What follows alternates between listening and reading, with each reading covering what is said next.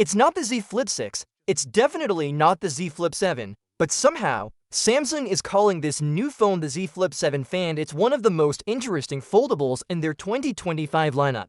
Why? Because it's not really new at all. It's mostly last year's phone, refreshed, trimmed down just a bit, and launched at what could be its most strategic price point yet. So what's Samsung doing here? They're taking a page out of Motorola's playbook. Instead of just offering a single premium flip phone, Samsung now has the flagship Z Flip7 and this new Fan Edition variant. It's a move that makes a lot of sense. Motorola's dual razor strategy lets them compete in both the premium and mid-tier foldable market, and now Samsung's looking to do the same.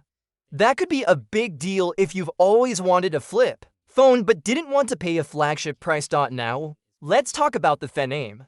If you've seen FE versions of Samsung's Galaxy S phones, you know what to expect: a slightly scaled back model that keeps the essentials, drops some of the flash, and lands at a friendlier price. The Z Flip7 FE follows that formula, but interestingly, it doesn't cut as many corners as you might think. Here's what's going on under the hood. The Flip7 FE is essentially a lightly tweaked Z Flip6. It uses the same main body, same displays, same battery, and even the same cameras as last year's model. And get this, so does the regular Z Flip7. That's right.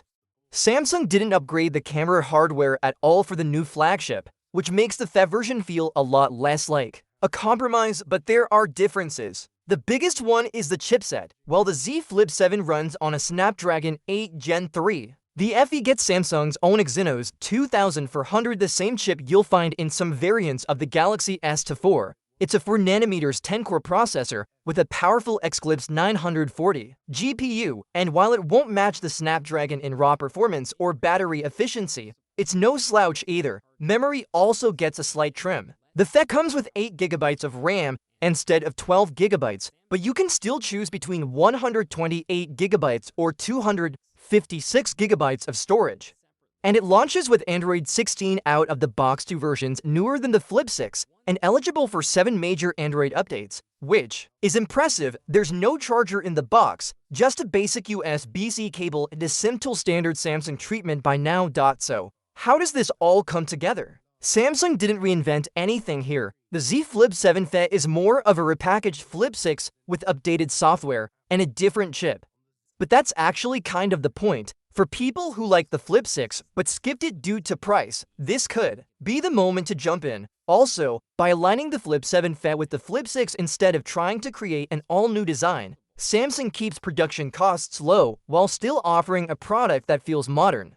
You're getting the same high-end folding display, the same hinge mechanism, and the same camera system that Samsung is still putting in its flagship. That's pretty compelling. The move to include the Exynos chip could be polarizing. Samsung's in-house silicon doesn't have the best reputation, especially when it comes to heat and sustained performance, but for everyday users who just want a stylish foldable for social media, texting, and like gaming, it'll get the job done just fine. And let's not forget the circle to search feature, stereo speakers, side-mounted fingerprint reader, and eSIM support. It's still packed with the essentials. Bottom line, the Galaxy Z Flip7 FE isn't about specs or innovation, it's about accessibility.